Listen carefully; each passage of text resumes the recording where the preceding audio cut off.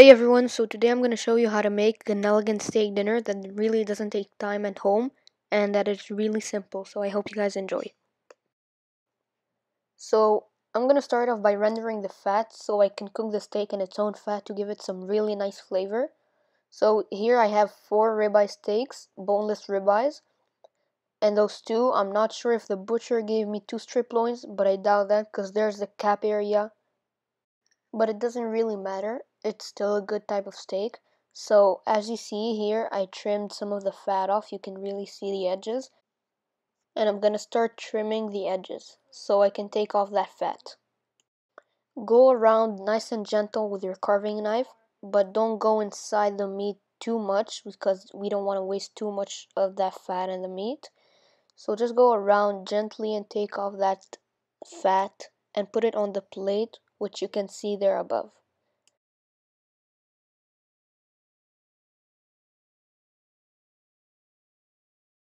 So let's say in this situation, you don't know if your butcher gave you the right steak.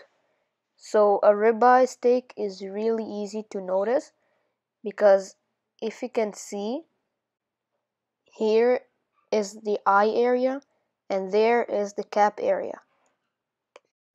But I doubted this steak because it didn't have as much marbling as this ribeye, but I can eventually know because there is the small cap area that I can see. So it's a ribeye. So I'm gonna keep carving all my steak, trim all the fat out, and put it on this plate right there. So I finished trimming my steaks. So this is a plate of fat, and all my 4 ribeyes are gonna be seasoned with a special steak rub that I really love. You can get it at any grocery store. It's really delicious. So I'm gonna season it right now so it can rest and absorb all this nice flavor. So when I cook it and eat it, I have the nice flavor from inside the meat, not just from outside. So here is my meat seasoning or the steak rub. It is really delicious and it's consisting of garlic powder, onion powder, other seasonings, salt, and vegetable oil. So I'm gonna put some on the cap right here, and I'm actually putting a tissue to prevent any moisture from going inside. So I'm gonna put some on the cap, and I'm gonna start seasoning all my 4 steaks, and be generous. So you really want to season the steak so when it rests, it really absorbs all this nice flavor. So season it very generously, but not way too much, and give it some nice beautiful color just like this. So just like I said, be generous. Don't be afraid to season your steak because most of this flavor will go away by searing it. So be very generous with the seasonings. So quick information, if you didn't know what searing is, it's actually to put high smoking point oil or fat in a certain high heat pan. And when it gets hot enough, you drop your steak or anything you want to fry on it. It creates this nice sizzle to inform you that this is a great sear. And remember what I said, if you don't have a steak rub, you can just use salt and pepper and let it rest just like I said. It'll be just as wonderful. And I'm gonna start rubbing the steak like this so it has even seasonings everywhere. And if you can see, those 2 steaks on the left actually absorbed the flavor already because it's been a couple minutes. And then I washed my hands and flipped them over and start seasoning the other side just as evenly. So I'm not gonna season the edges because I don't want to burn the fat that I'm gonna render when I'm gonna stand the steak on the skillet to render more. And because I don't want to over season it, even if I said generous, I don't want to be over generous and season way too much. But anyways, start rubbing your steak until it's evenly coated. Then leave them outside the fridge minimum 30 minutes before cooking them so they can absorb all this nice flavor. So let's move on to our mashed potatoes. So here I have a big pot of water that I'm gonna boil, and by that time I'm gonna peel, clean, and wash my potatoes to get them ready to boil. So here I have 1 russet and couple Yukon golden potatoes that I'm gonna wash, clean, and peel them. So just like you see here, I've cleaned and peeled and chopped my potatoes, and I'm gonna put those aside. And here I have the boiling water that I'm gonna season with salt and add my potatoes and let them cook for about 15 minutes until they're fork tender. So here you can see this is a smoking hot small pan. I'm gonna drop the fat inside and let it render until it's become liquefied. So once your potatoes are ready, go ahead and drain them, but keep them in the pot. Once your potatoes are drained, go ahead and put them on the table and add a good quarter of a cup of butter. And we're gonna start seasoning it with salt, just like you see. Put enough salt so it's really flavorful, and we're gonna start mashing them. So we want to mash them while they're hot so the butter melts in, so it gives it a nice creamy texture before adding the milk, and the salt gives it a nice flavorful and good tasting. So I'm gonna keep mashing them until the butter is melted and nicely incorporated, and then I'm gonna put a couple splashes of milk, about 3 tablespoons to a quarter of a cup, something like that, and continue mashing them until it's very creamy. Now add your milk in, about 3 tablespoons to a quarter of a cup, and keep mashing them until it's creamy. And what the milk does is really makes it easy to smash and gives it nice texture. So once I get to the very end right here, I'm gonna take a rubber spatula and start scraping the side and mix all the lumps in so it gets really nice and incorporated.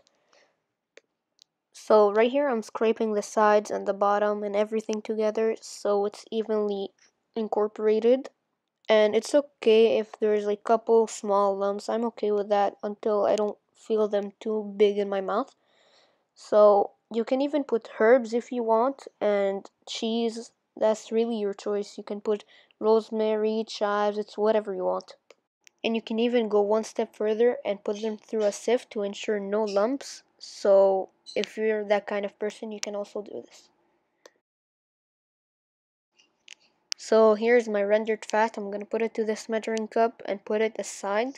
And when it's time to sear the meat, I'm gonna put the fat and start searing with it. So now that my meat has rested for about 45 minutes, you can even do longer, it's even better. And I'm gonna do 2 medium steaks and 2 well done. And if you want, you can even do a medium rare or even a rare if you're that type of person. So I'm gonna base my steak in some rosemary, thyme, some smashed garlic that I exposed the inside so the flavor comes out, and about a quarter cup of butter for each 2 steaks. So now my pan is getting hot and ready. I'm gonna drop the beef fat inside and start searing my steak. Now that my pan is hot enough and I have my beef fat evenly spreaded, I'm gonna add 2 of my steaks. So you should hear a nice sizzle when I put both of the steaks in, just like this. And I'm gonna sear each of them 3 minutes aside for a good medium on about a medium high heat.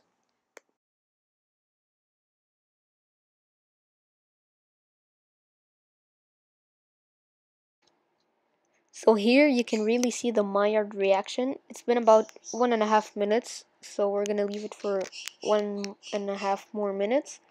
So a Maillard reaction is actually the browning of the meat. You can see the level of browning rising. So I'm gonna keep searing my meat until it's a golden brown crust, just like this. And then I'm gonna flip it over to do 3 minutes each side until it's golden brown. So I flipped it and now I'm gonna baste with butter, rosemary, thyme, and some crushed garlics.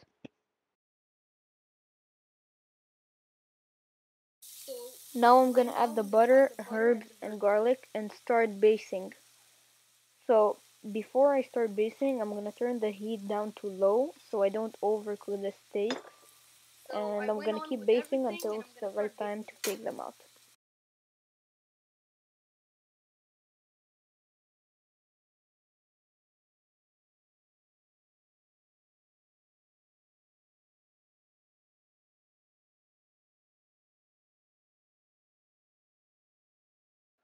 So baste your steak for about a minute until it's done and rest it on your cutting board, and by that time I'm gonna take out my mashed potatoes from the warm oven and serve them on the plate. So while my steak is resting, you see this is the brown butter we based the steak in. I'm gonna keep it and top it off for nice flavor.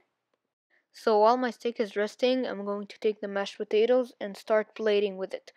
I'm going to do it in a certain way so I can lay the steak on it and so it can look quite delicious. So here I have the mashed potatoes, and as you see they're still hot, which is good. So I'm going to take plates, put the mashed potatoes on, and lay the steak on it when it's ready.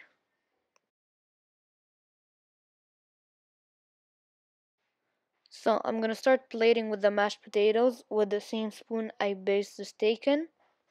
So I'm going to take a generous spoonful of mashed potatoes and start spreading it around. So this will be called a plate for the steak itself. So keep plating the way I'm doing with your other plates, and I am going to show you how to cut and serve your steak on this beautiful serving of mashed potatoes.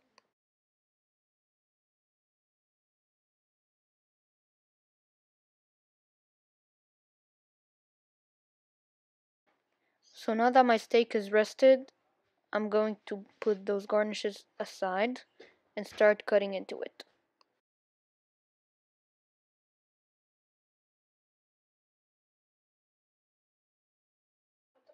So like you can see, this is a perfect medium steak.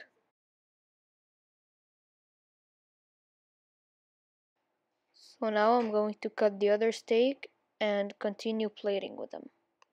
So here I was just showing you the fade of the colors to show you how cooked it is.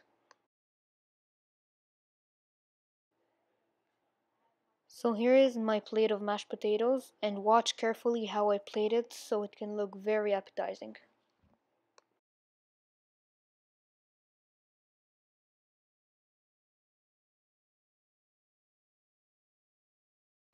So this is a beautiful and elegant and easy steak dinner to make at home. So what I'm doing next is adding the garnishes such as the garlic and the rosemary on the side just to give it some nice look, and if you want, I wouldn't suggest, but you can eat the garnishes. So there you have it, a beautiful steak dinner. So I'm going to plate with the others and show you the result. So here are two plates of beautiful steak dinner. So it's very simple once you know the hang of it. It could take you an hour, but if you really know what you're doing, it can literally take you 30 minutes. So the final touches are gonna be adding this brown butter that we based the steak in. So this is gonna give it a glossy look. It's gonna be shiny and it will taste wonderful. So I'm just adding it to both of my steaks and see how shiny everything is. So I hope you guys enjoyed today's video. Make sure to subscribe, like, and share. If you enjoyed this video, make sure to show it to someone that would surely love making this recipe, and you can send it on my Instagram, which is the link in the description.